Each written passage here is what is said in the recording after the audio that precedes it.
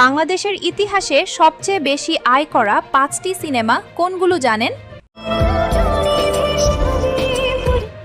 আর চমকপ্রদ বিষয় হলো এই 5টি সিনেমাই শাকিব খানের।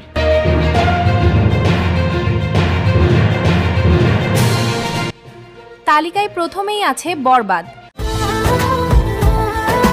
আয় করেছে রেকর্ড 75 কোটি টাকা।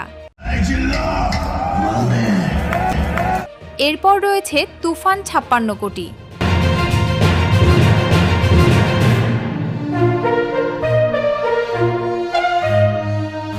প্রিয়তমা 44 কোটি।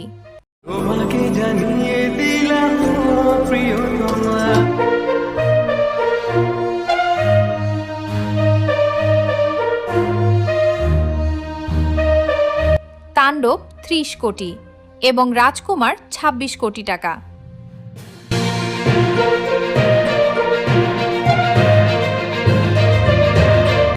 এই 5টি সিনেমার মধ্যে আপনার সবচেয়ে পছন্দের সিনেমা কোনটি?